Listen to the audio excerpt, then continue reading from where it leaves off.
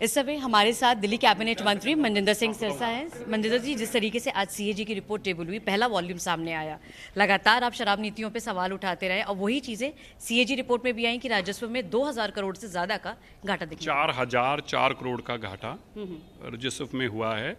Exchanger में जो हुआ है नुकसान अरविंद केजरीवाल जी के दोस्तों को जो शराब का काम दिया गया उसके कारण हुआ है। बड़ा स्पष्ट हुआ कि 5% से 12% कमीशन उनके दोस्तों को लाभ देने के लिए बनाई गई थी। यह भी सामने आया कि उनके दोस्तों को काम मिले क्योंकि वो शराब का काम नहीं करते थे, इसलिए उनके पास पहले पूरी पुरानी एक्सपीरियंस चाहिए था। इसके लिए जो ऑलरेडी काम करते थे उनको 1% स्टेक लेकर कंपनियों में, नई कंपनियों में डाला गया ताकि उनके दोस्तों को एलिजिबल बना दिया जाए शराब के काम के लिए। यह भी सामने आया कि किस तरह से सैकड़ों करोड़ रुपया माफ़ कर दिया गया उनके दोस्तों का।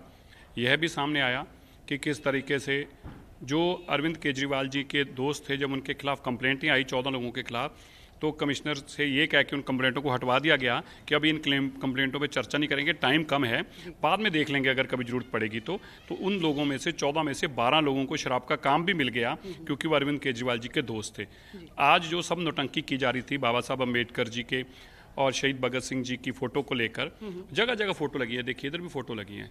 बाबा साहब अम्बेडकर की फोटो कौन हटा सकता है? और बाबा साहब अम्बेडकर जी, शहीद आजम शहीद भगत सिंह जी की फोटो देखिए सामने, ये हमारे दिलों में बसते हैं। ये नालायक लोग बताएंगे, ये बताएंगे हमें कौन है। शराब का धंधा करने वाले लोग, शराब का लूटने वाले लोग, शराब के नाम से पैसे खाने वाले लोग बताएंगे बाबा साहब अम्बेडकर कौन है।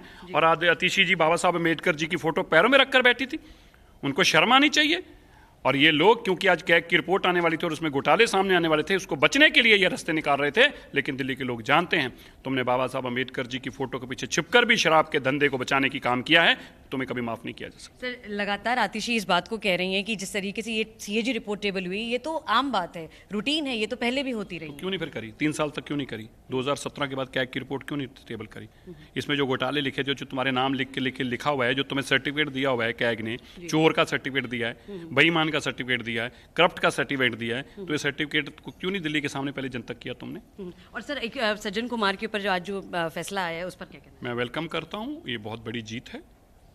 हम लोगों को 35 साल लग गए केस खुलवाने में, मोदी जी की एसआईटी बनी और फिर ये केस खुलने शुरू हुए। अब दूसरे केस में सज्जन कुमार को उम्र कैद हुई है। और मेरा मानना है कि कांग्रेस का घिनौना चेहरा, कांग्रेस का खूनी चेहरा, कांग्रेस का खून से लथपथ हाथ सामने आ रहे हैं। जो लोग इनका साथ देते थे और इनको मंत्री बनाते थे, इनको मुख्यमंत्री बनाते थे, इनको एमपी बनाते थे, वो लोग आज जवाब नहीं दे रहे। आज भी वो ये नहीं कह रहे कि सज्जन कुमार ने पाप किया था। राहुल गांधी आज भी चुप बैठे हैं।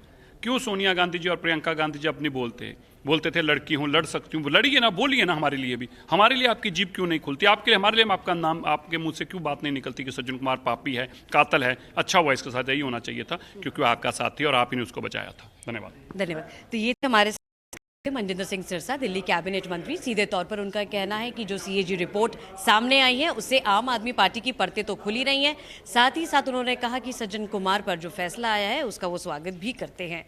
मैं मोनिका सिंह कुछ ऐसी इंटरव्यूज लेकर आती रहूंगी, आप देखते रहिए इन खबर।